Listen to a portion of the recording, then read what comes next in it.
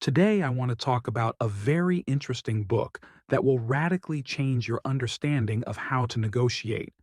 This is a book by William Ury and Roger Fisher, Negotiations Without Defeat. The Harvard Method. Many people think that negotiations are like a competition, where someone wins and someone loses, but in fact, it is not so. It is important to understand one simple thing: negotiations are not a battle, not a fight for victory. Rather, it is a process where both sides must find a solution that is beneficial to all. Imagine that you're not playing against each other, but together as a team, and your task is to find a solution that will benefit everyone. This is the essence of the Harvard Method. And in this video, I will tell you how this approach helps in life, at work, and in general in any situation where you need to negotiate. And now, let's look at one classic situation that perfectly illustrates the essence of the Harvard Method negotiations. Imagine a cake. You need to divide it up, and of course, both sides want to get their fair share. What should be done so that no one is offended? There is a very simple but ingenious way. One person cuts the cake, and the other chooses a piece.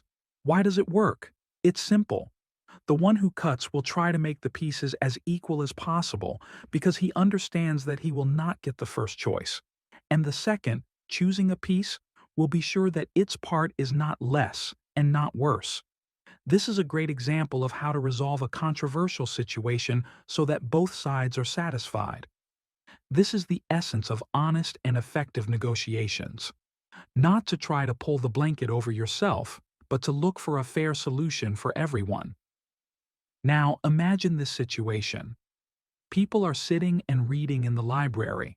Someone is stuffy and wants to open the window, and the other, on the contrary, blows and his papers fly apart, and he asks to close the window.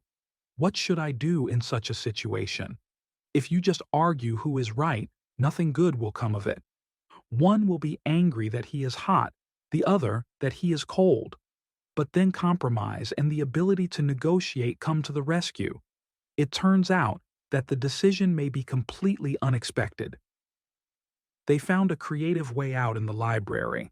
They opened a window in the next room. This immediately solved two problems. The air became fresh, but there was no wind blowing on people. And now another interesting example that shows how important it is to have a dialogue. Imagine two children who have one orange and both want to eat it. How do they solve the problem? Dividing an orange in half seems to be fair, right? But here's what's interesting. One child wanted to eat only the flesh, and the other wanted to use the peel for baking. If they just talked and found out what everyone wants, they could split the orange so that everyone gets the most out of it. One would take all the flesh, the other would take all the peel. This example shows how often people lose opportunities in negotiations because they don't discuss their real interests. If, instead of arguing, you ask the question, "What do you really need?"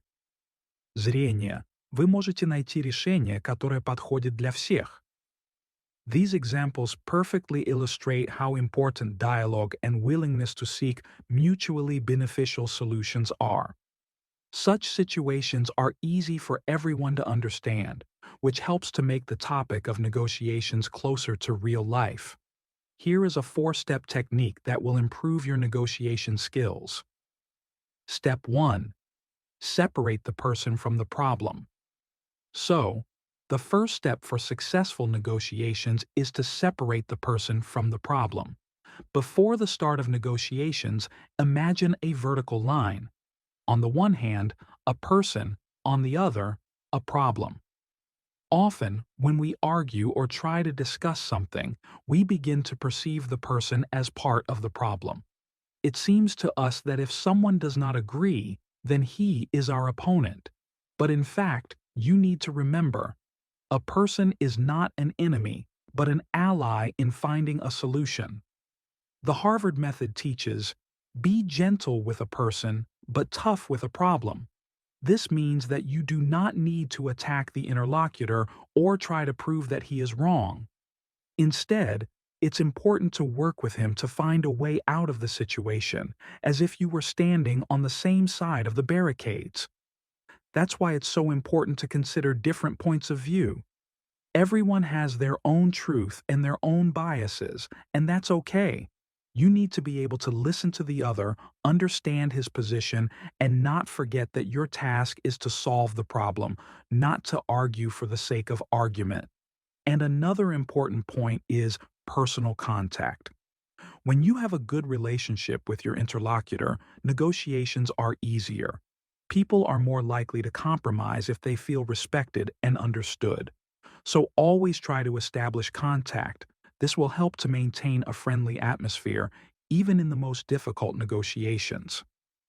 Research results confirm that prior acquaintance increases the probability of success of negotiations by 30%.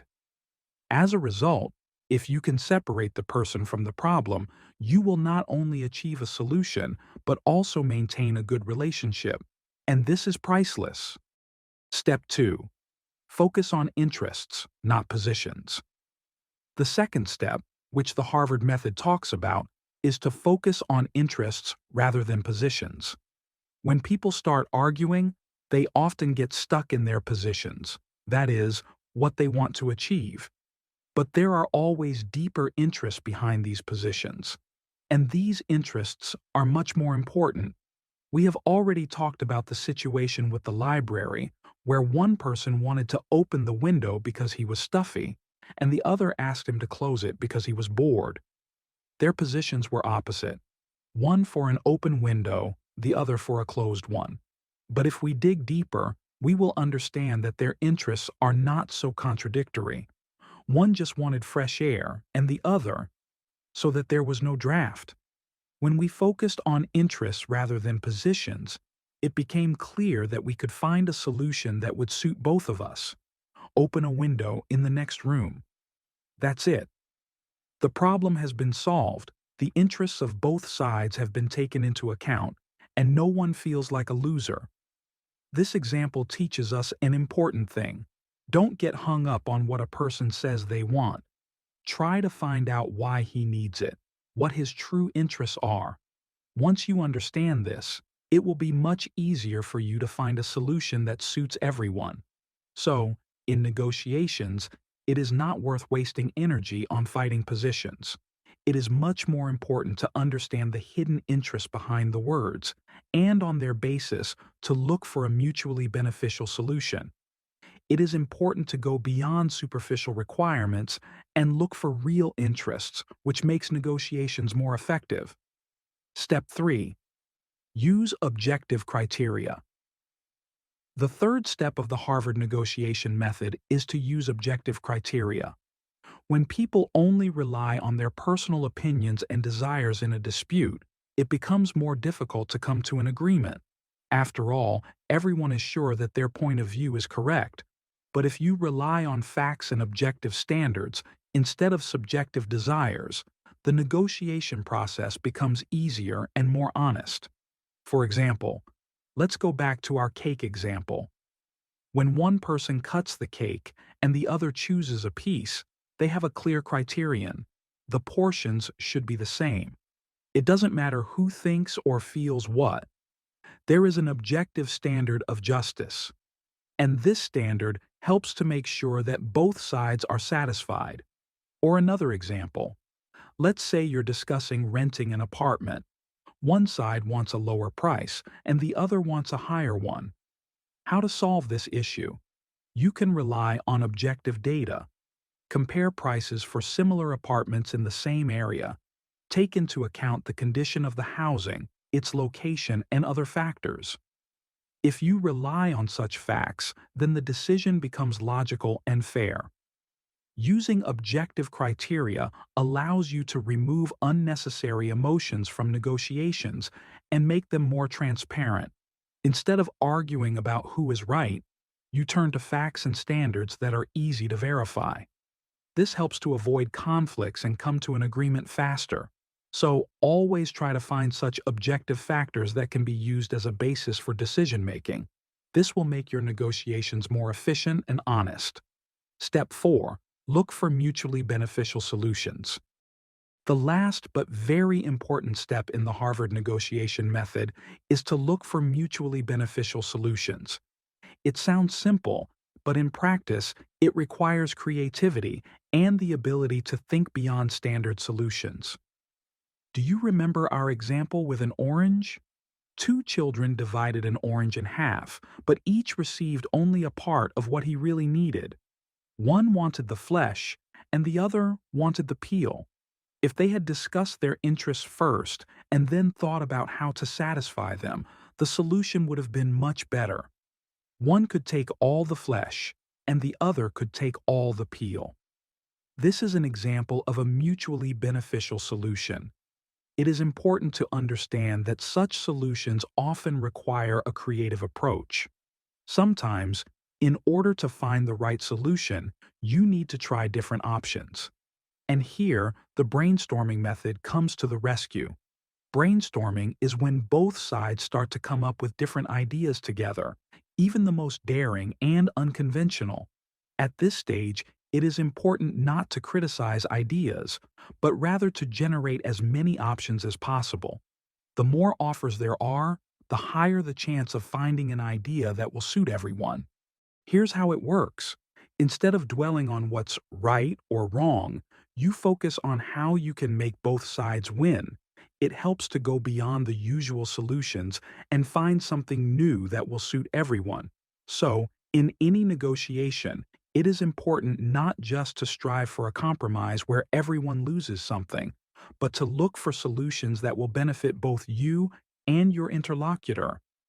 This is the real success in negotiations. Sometimes dishonest tactics can be encountered in negotiations. This is when the other side tries to manipulate, pressure, or confuse you. How do you deal with this?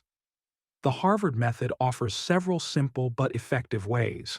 The first is to be direct and focus on the problem. When you notice that someone is behaving dishonestly, you do not need to immediately enter the game or succumb to provocations. Instead, calmly return to the heart of the matter. Show that you are not interested in arguing for the sake of arguing, but in a real solution to the problem. This will help reduce tension and prevent the manipulator from controlling the situation. Another important point is to ignore provocations.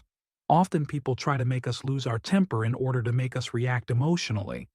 But is it worth losing your temper? Of course not. Instead of succumbing to provocations, use a very simple technique. Ask questions. The questions help clarify what the other side really wants. For example, if someone starts to put pressure on you, you can ask, "Why is this so important to you?" Or, "How will this help solve our problem?" Questions not only calm down the conversation, but also help to reveal the true motives of the interlocutor. This may be the key to exposing manipulation and getting the conversation back on a constructive track. If you are only trying to win, then in the end, you may both be losers. The true purpose of negotiations is to work for common interests, to find solutions that will benefit and bring joy to all participants. If you like this video and want to know more, subscribe to our channel, like it, share this video with your friends, and let's improve together every day. Remember, the more we learn, the better we become in negotiations and in life. Thank you for being with us, and see you in the next videos.